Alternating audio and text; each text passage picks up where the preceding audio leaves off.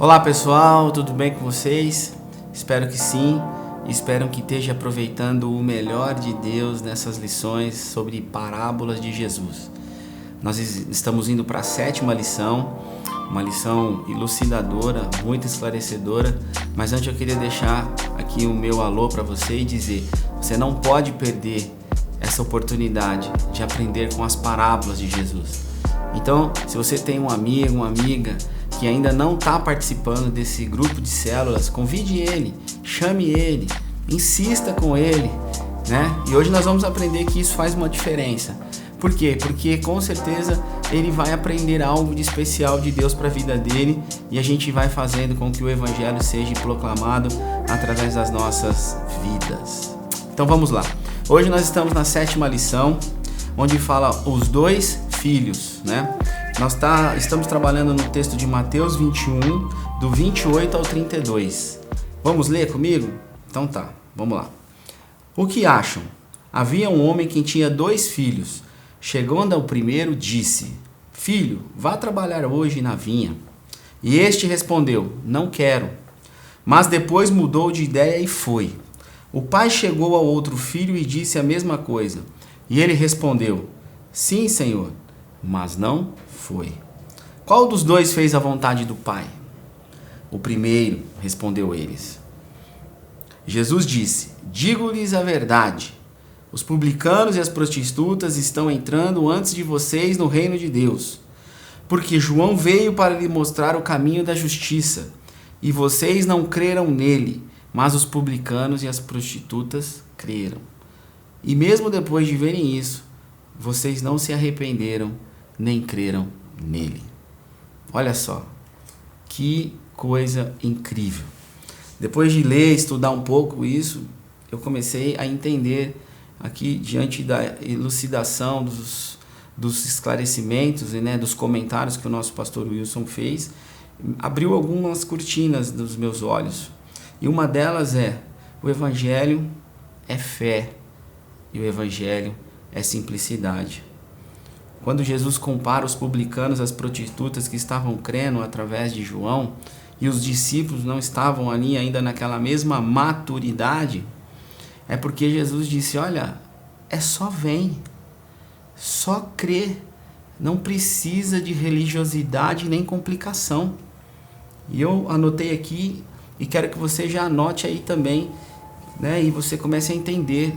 Leve a palavra no seu grupo de célula, leve a palavra aí onde você está levando, com fé e simplicidade, sem complicação. Veja que um filho comparado a outro filho, 2 respostas opostas e 2 entendimentos. Vamos ver o que esse entendimento fala hoje? Vamos lá. Primeiro, nós vemos que o primeiro filho pensou e refletiu. O segundo agiu por impulso. O que a gente tem que fazer então? A gente precisa fazer com que as pessoas que estão à nossa volta pensem. A gente precisa fazer com que as pessoas que estão à nossa volta reflitam. Nós vemos aqui no primeiro comentário que o aspecto do reino do céu a ser abordado diz respeito ao valor das nossas atitudes. Eu anotei aqui um texto que em um dos cursos que eu fiz de gestão, um dos professores falava assim: palavras convencem e o exemplo arrasta. É isso aqui. Tem gente que fala, mas não dá o exemplo. Mas tem gente que dá o exemplo e arrasta as pessoas para aquilo que ela tem tentado fazer. O primeiro filho respondeu que não ia, mas depois ele olhou e disse: não, eu vou, eu quero ir. Por quê? Porque ele refletiu, porque ele pensou, né?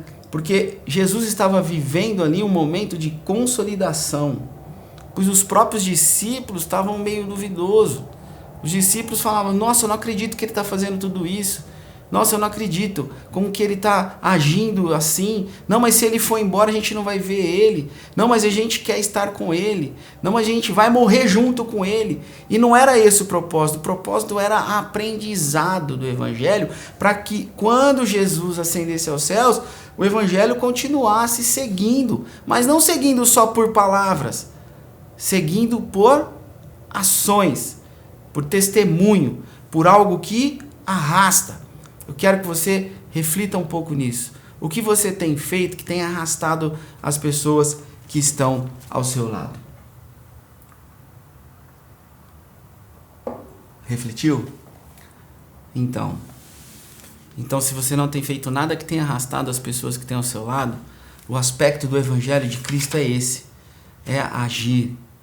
É fazer com que as nossas atitudes caminhem em direção, é que as coisas que nós fazemos levem as pessoas ao evangelho. Sabe por quê? Porque as palavras vão se enfraquecendo, as palavras vão entrando ao vento, as palavras vão ficando fracas, mas o testemunho não. O testemunho ele vai mostrando que o que nós estamos apresentando é algo especial. Ok? Então, saindo dessa introdução, a gente entra no primeiro aspecto do primeiro filho, que é a atitude, né? Eu anotei aqui que ao ele responder desta forma, né, ele demonstra não estar interessado pelas mesmas coisas do pai. Eu grifei, né? Anotei não, eu grifei aqui. Ele demonstra não estar interessado pelas mesmas coisas do pai. E não é assim no dia a dia? Quando você fala assim, ó, eu tenho um lugar para você visitar, eu tenho uma palavra de Deus para você conhecer. As pessoas às vezes falam, eu tenho um aniversário, eu tenho uma festa, domingo eu vou. Quem nunca, né? Domingo eu vou. Mas esse domingo nunca chega. Agora, quando as pessoas começam a ver a mudança na sua vida, quem sabe uma postagem lá no seu story, no Instagram, quem sabe uma postagem da sua família reunida toda alegre, ele olha, ele fala, caramba, essa alegria, essa atitude que eu estou vendo, eu quero para mim. Aí de repente, pum, tá ele lá no domingo, vendo a palavra, vendo o culto acontecer, entendendo que tudo aquilo que a gente busca é algo real e verdadeiro que transforma, né? Então, não estar interessado pelas mesmas coisas do pai foi uma atitude do primeiro filho, né? Na verdade, o exemplo da atitude natural do homem pecador alienado ao interesse do pai celestial é natural. É natural com que às vezes a gente não consegue fazer com que as pessoas venham conhecer o que a gente conheceu através das nossas palavras, porque o interesse deles são outros. Mas quando eles veem a nossa atitude, o nosso exemplo, aí as coisas começam a mudar. Né? É maravilhoso, depois de um tempo de reflexão, ver aquele filho mudar de ideia.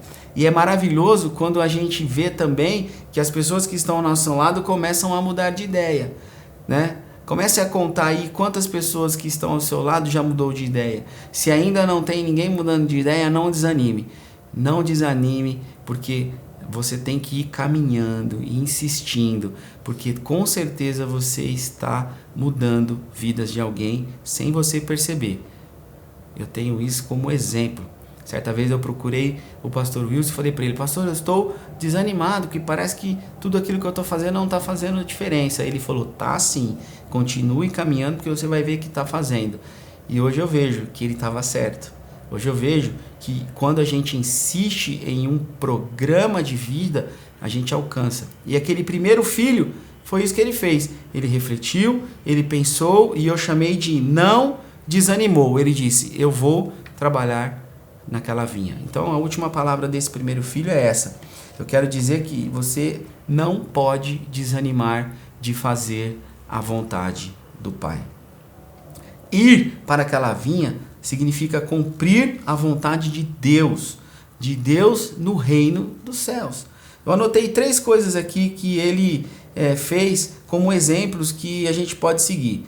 Ou seja, amar o próximo, 1. Perdoar os devedores, 2. Exercer misericórdia, 3. Né? Tudo isso são exemplos de como verdadeiramente nos arrependemos e queremos cumprir o desejo do nosso Pai. Qual é desses exemplos que pode fazer com que nós arrastemos as pessoas ao nosso lado?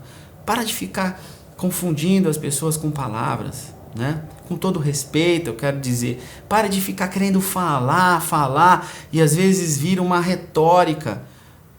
Vamos agir em direção ao reino de Deus através dos nossos testemunhos, ok? E vamos lá, e o segundo filho?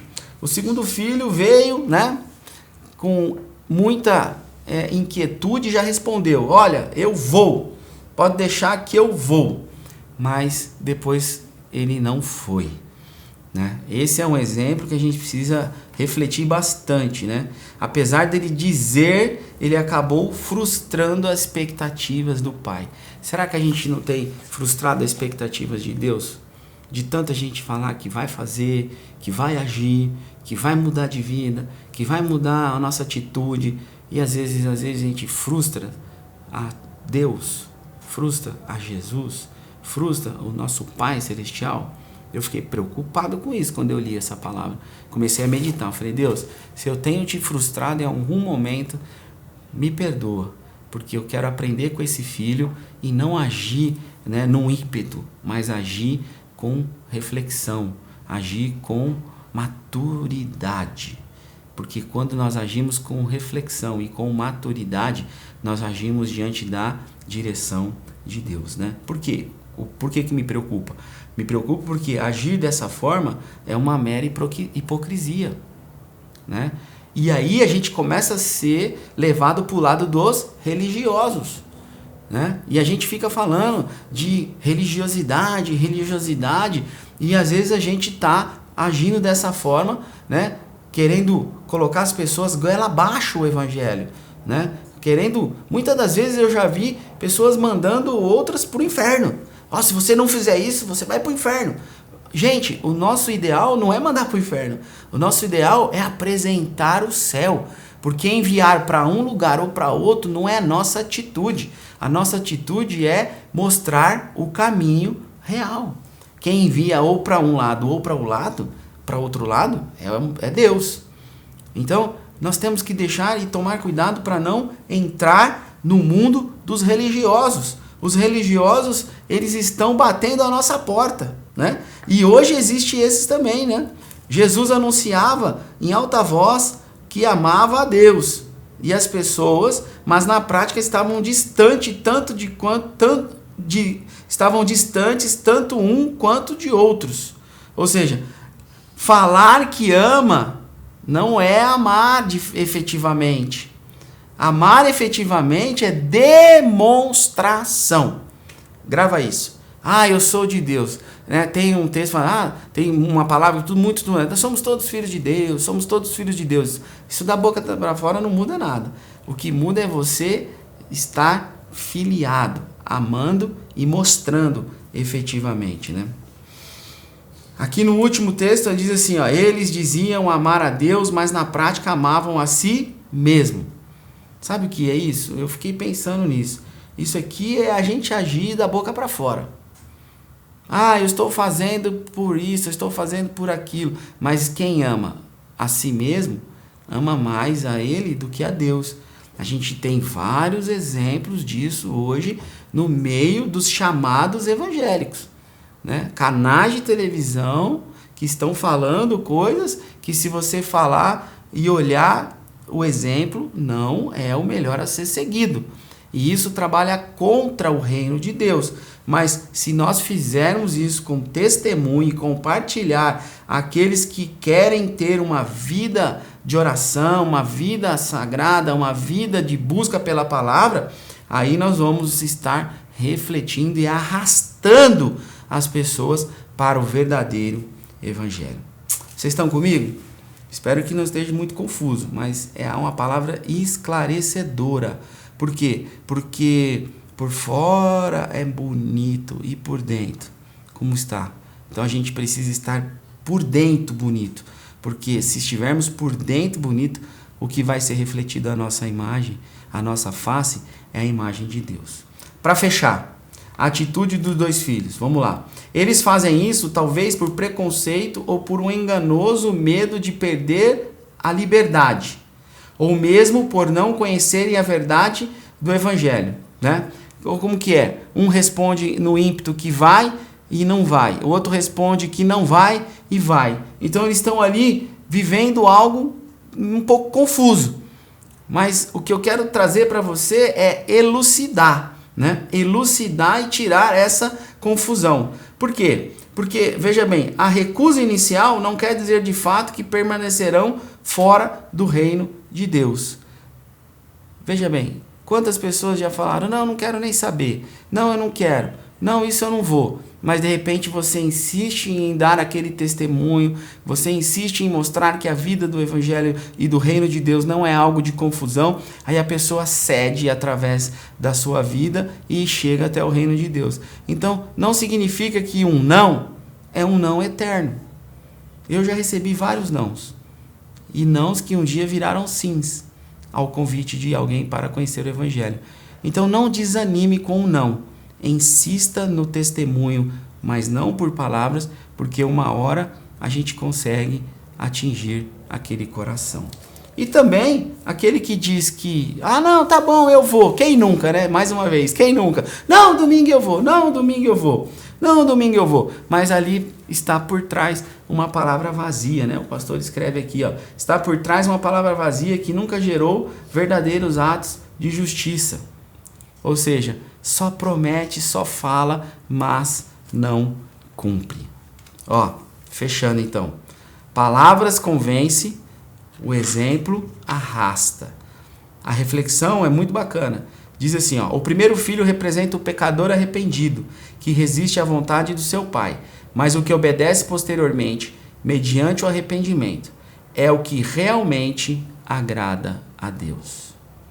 O segundo filho, porém, pensa que agrada ao pai simplesmente falando, aos religiosos aí, o que o pai gostaria de ouvir, mas a sua atitude de não ir revela o intuito apenas de impressionar com palavras e nada mais. Aí tem uma coisa aqui no final que eu achei muito forte, eu não posso deixar de dizer. O pastor fala aqui, escreve e faz com que a gente reflita. Identifique que tipo de filho você é. Você está falando muito ou você está agindo? Você está tentando falar algo que as pessoas querem ouvir ou você está agindo, refletindo e fazendo o que Deus realmente quer que você faça, né? Caso você se identifique com o segundo, verifique se não tem sido uma postura habitual liberar palavras sem real intenção de cumpri-las. Que a verdade e a sinceridade seja padrão da sua vida. Eu aprendi uma coisa, a gente precisa agir com raciocínio lógico, reflexão. Só responda a algo que realmente você tenha certeza que o seu coração esteja aprovando. Então, palavras convencem, o testemunho arrasta. Deus abençoe você, Deus abençoe sua família, Deus abençoe seu grupo celular e que essa palavra possa te ajudar aí na 7ª lição e que Deus possa fazer realmente algo nascer no coração daqueles que estão vendo esse trabalho de células da Igreja Voz. Um beijo no coração de vocês, até a próxima.